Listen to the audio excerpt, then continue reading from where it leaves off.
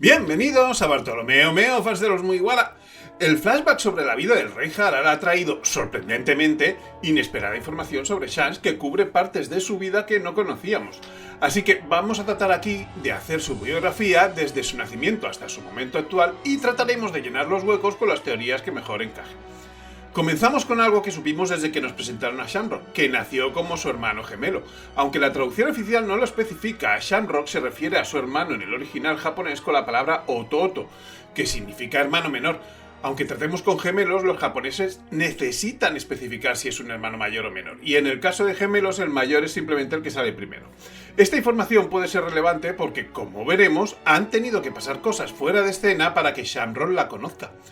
Estos gemelos son fruto de la relación de Garlin, de la casa Figarland, perteneciente a uno de los 20 reinos que fundaron el gobierno mundial, es decir, un terruito, y un habitante pelirroja de God Valley, de quien heredaron su color de pelo. Cuando el padre vuelve a God Valley, mata a la madre y deja a los niños ahí, aunque luego vemos como los caballeros de Dios sí van a por ellos.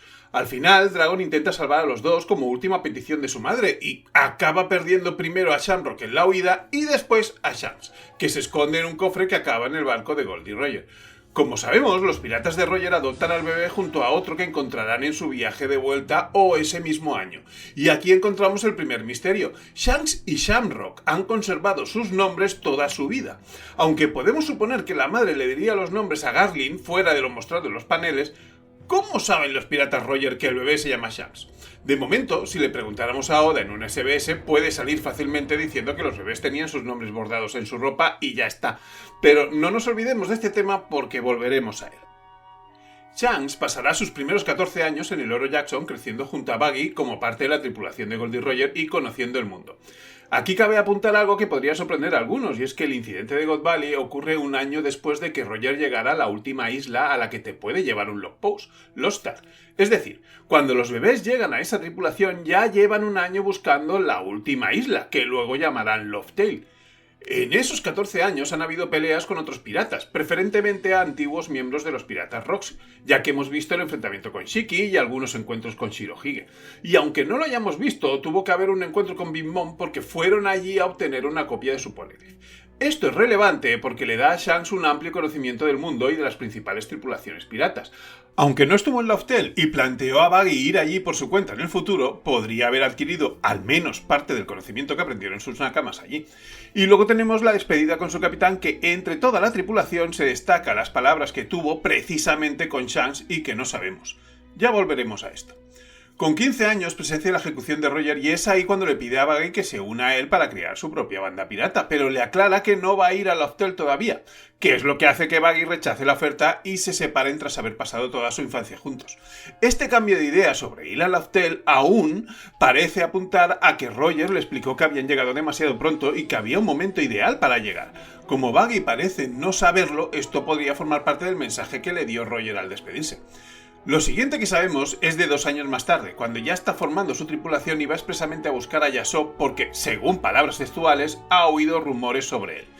Llega en un barco y se acerca a él solo en una barca, pero entendemos que ha de tener ya más nakamas en ese barco. Parece que fue a buscar a su tripulación uno a uno según los elegía, porque vemos piratas de varios mares. Ben Beckman es del North Blue y Lucky Rooks es del South Blue, y ahora ha ido a por Yasop al East Blue.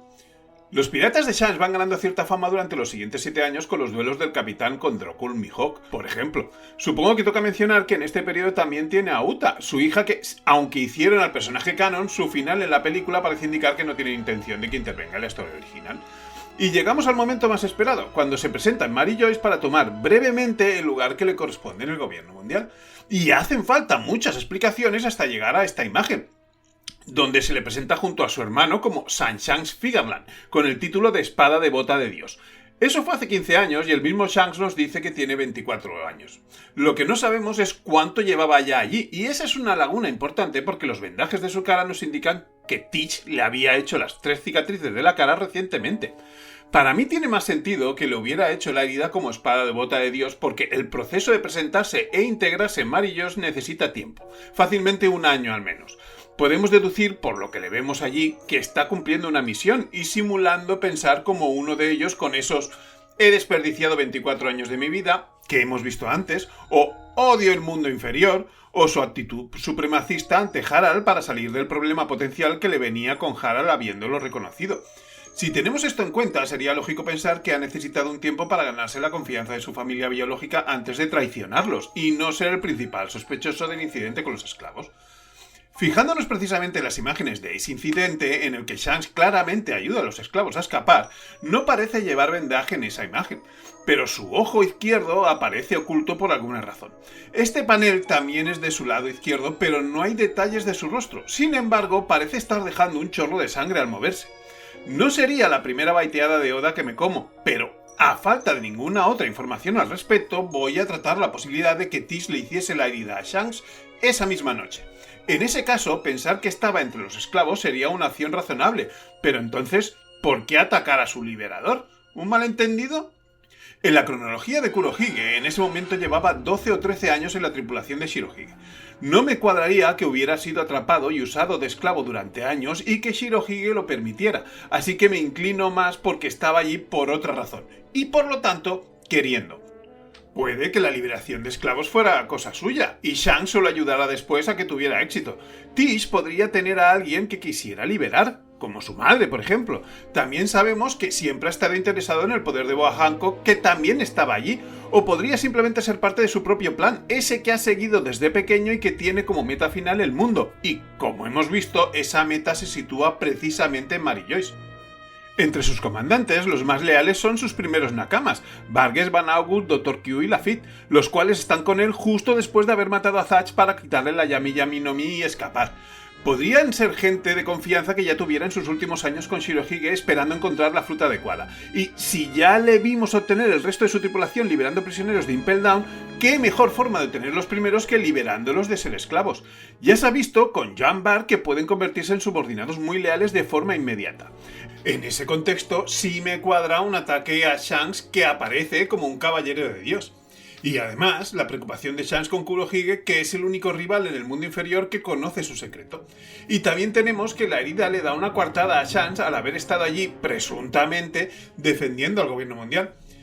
Me quedo con esta teoría, que me parece ser la que une las pistas que nos han dejado de forma más satisfactoria. Pero si hemos dicho que Shanks estaba allí siguiendo una misión, ¿cuál podría ser esa misión como para ponerse en riesgo recuperando la relación con los nobles mundiales y cómo supo de esa relación? Lo primero que se me ocurre son esas palabras de Roger a Shanks en su despedida y entonces la misión se la habría encomendado él.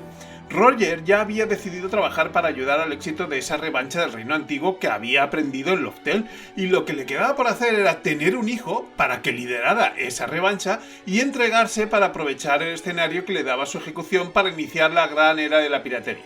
Así que tiene sentido que le diera instrucciones a Shanks como enlace entre su generación y la del protagonista de esa revancha. ¿Y por qué no involucrar también a Buggy, que tiene la misma edad? Pues aquí es donde entraría la diferencia entre los dos, los vínculos de Shanks con el gobierno mundial. Y esto tendría sentido si hubiera una forma de que Roger supiera que Shanks era hijo de un dragón celestial. Antes hemos comentado que una solución a que Roger supiera el nombre de Shanks podría ser que estuviera bordado en la ropita, y dado que nos muestran los bebés varias veces de frente y no hay nada, cualquier bordado debería estar en la espalda. Después de repasarme todos los paneles de los bebés, donde se muestra más espalda es en estos, cuando Shanks gatea hacia el cofre. Aquí tenemos unas sospechosas líneas en la espalda que fácilmente alguno podría argumentar que simplemente son arrugas, pero también pueden dar pie a pensar que pueden ser algo más que eso. De alguna manera, Roger sabe el nombre de Shanks, y los Figarland saben el de Shamrock y que ese es el que nació primero. Y aquí no vale que la madre se lo explicara a Garlin, porque al llegar solo un bebé de los dos idénticos no habría forma de saber si era Shamrock o era Shanks. Pues si les ha llegado esta información sería tan sencillo como que también estuviera el apellido para que con un poco de información sobre el gobierno mundial se pudiera identificar a Shanks como hijo de un pez gordo del gobierno mundial. Si Bancroft es capaz de identificar la familia de Imu solo con el nombre, ¿por qué no iba a poder hacer Roger algo parecido?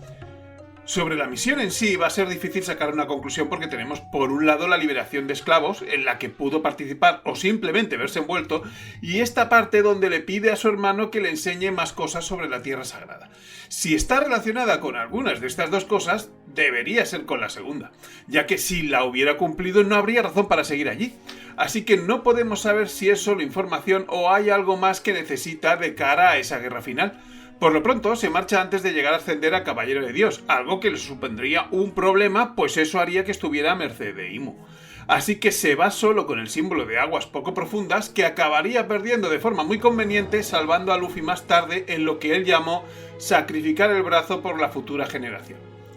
Pero no nos adelantemos tanto, porque antes tenemos la escena con la que empieza el flashback que ha protagonizado el 2025. Es de un año después de ver a Shanks en Mary Joyce, y aquí está charlando con Scopper Gavan relajado, contándole básicamente cómo no ha podido llevar su vida como quería porque tenía otras obligaciones, o como lo llama Gavan, es un hijo del destino. Allí también aclara lo que sospechábamos, que Mary Joyce estaba actuando y no podía hablar con Harald libremente, pero quería advertirle de algo ahora y... pues ese es el día que murió el rey de Elbaf, y Shanks estaba allí. No parece que podamos sacar mucho de aquí, ya que tiene pinta de que le quería avisar precisamente de lo que le iba a pasar, que supongo es la razón por la que él no se quedó a ascender a Caballero de Dios. Estamos a punto de verlo. Que luego fuera él mismo el que trajo de vuelta a Loki cuando escapó, indica que necesita a Loki en Elbaf. Un año más tarde es cuando van a por la Gomu Gomu no Mi, y parece bastante claro que van expresamente a por esa fruta porque no les hemos visto ir a por ninguna otra, y no conocemos usuarios entre esa tripulación. No sabemos hasta qué punto Roger conocía este poder, y entonces ir a por ella formaría parte de la misión que le encomendaría a Shanks. También pudo adquirir este conocimiento en Mary Joyce, pero dado que era la fruta de Joy Boy, que es de quien adquieren el conocimiento sobre el siglo vacío, me inclino más porque fue en Loftel donde aprendieron sobre la importancia de este poder. Y el siguiente paso en esa misión es otorgarle ese poder al candidato apropiado. No tengo dudas de que si Roger le dio los pasos a seguir, le debería pedir que buscara al hijo que tenía intención de engendrar. Y llama mucho la atención que a la isla que van y usan como base desde que obtienen la fruta sea una remota en el East Blue, la isla Dawn, que curiosamente significa amanecer en inglés. Y esa es precisamente la isla en la que está el hijo de Roger, Ace. Esto no puede ser casualidad. Pero hay poquísimas formas de haber obtenido esa información. Ace nació en secreto y cambió su nombre. Tanto es así que, en principio, los únicos que saben de su existencia y dónde se está criando son los bandidos con los que vive en las montañas y Garp. Así que solo veo una opción para que le llegara la información a Shanks y es a través de Garp. Y después de haberle visto en God Valley, no me parece un disparate que esté ayudando al plan que puede acabar con los monstruos que presenció allí y que están en la cima de la jerarquía del gobierno mundial y, por lo tanto, de la Marina, Imu y el Gorosei. Esto no va en contradicción con el despecho que siempre ha mostrado por Shanks por convencer a Luffy para que fuera pirata. Una cosa es la lucha contra Imu y otra que Luffy se convierta en pirata. Ya sea por esta vía o por otra, parece que nunca encontraron a Ace y, sin embargo, Luffy les convenció y vieron en él un candidato perfecto. Así que, como sabemos, al final Luffy se llevó la fruta, el sombrero de paja y hasta el brazo de Shanks con su marca de espada de Dios. Shanks usará su brazo para que los piratas importantes entendieran el mensaje de que lo había apostado por alguien de la nueva generación, y el sombrero señalará quién es ese alguien. Esto le irá abriendo las puertas a Luffy durante su camino. Aún no descarto que Dragon tenga algo que ver con la decisión de Shanks, la verdad, y por lo tanto haría variar un poco esta teoría. Hace 6 años fue reconocido como un Yonko, y aparte de ir propagando el mensaje de que Luffy es el que ha elegido, también le ayuda directamente, parando la guerra de Marineford o echando a Green Bull de Wano. Es en ese momento cuando lo vemos decir que ha llegado la hora de ir a por el One Piece. Este paso debe ser parte de esa misión a la que le está dedicando su vida. Hay que mencionar la visita a Mary Joyce durante el Reverie. Yo no tengo dudas de que ese es Shanks y no Shamrock. Ya no es solo que le digan que ha hecho todo el camino hacia allí y que lo reciben porque es él, cuando hemos visto que Harald ha podido visitar al Gorosei a menudo. Además, Shanks y Shamrock tienen un seiyuu distinto en el anime y este es el de Shanks. Pues bien, me mantengo en que el pirata del que ha ido a hablar es Kurohige. Si repasamos sus pocas intervenciones a través de los arcos de los Mugiwara, vemos que han estado relacionadas con él de alguna manera. Como cuando se reúne con Shirohige solo para hablar de él, o aparece en Marineford justo después de que aparezca Kurohige con su nueva tripulación, y es solo a él a quien le dice que si quiere seguir peleando ahí están ellos. Para esta visita al Reverie, mi take es que les ha ido a decir el linaje de Kurohige, que puede que conozca desde que se lo encontró en Mary Joyce. Si tengo razón en que Teach estaba reclutando sus primeros nakamas, debió haberles explicado su plan y Shanks pudo oírlo. No sé si llega a tanto como para conocer que es el hijo de Rox, pero si el gobierno mundial no tenía forma de saber que la familia de Rox había escapado de God Valley y hasta Marineford habían acogido a Kurohige como Shishibukai, deberían de haberse enterado más tarde de su ascendencia. Y como vemos, 2 capítulos después de la visita de Shanks, Imu ya tiene a Kurohige entre sus sospechosos. La razón, más que ayudar al gobierno mundial, podría ser lo que ha estado haciendo desde que vimos a este personaje por primera vez, a ayudar a Luffy quitándole o dificultándole el camino al que ha identificado como su mayor rival. Aunque también podría tener que ver con que, como hemos comentado antes, sea el único enemigo que sepa que es un noble mundial. Otra cosa que podemos decir de Shanks es que le hemos visto cierto apego a Elbaf, donde parece que va a menudo. Supongo que tener a Scopper Gavan viviendo allí es un aliciente, pero también parece que tenga una necesidad de proteger la isla de los gigantes, lo que explicaría el incidente con los piratas Kid. Así que lo esperado es que cuando salgamos de Elbaf, Shanks ya haya estado frente al One Piece. Esto debería llenar el mundo con la noticia de que es el nuevo rey de los piratas, a no ser que lo haga sin que nadie se entere y no pretenda hacerlo público. Yo pienso que va para seguir ayudando a Luffy, y es que le vemos tomar esa decisión como consecuencia de haberlo visto como Nika en el nuevo cartel de recompensa. Ya veremos. Bueno, hasta aquí la biografía de Shanks. Un personaje protagonista con poco tiempo en pantalla, pero que promete ir teniendo más conforme nos acerquemos al final. Yo por mi parte espero que os haya gustado este análisis y si es así, seguramente nos encontremos en algún otro vídeo. ¡Nos vemos!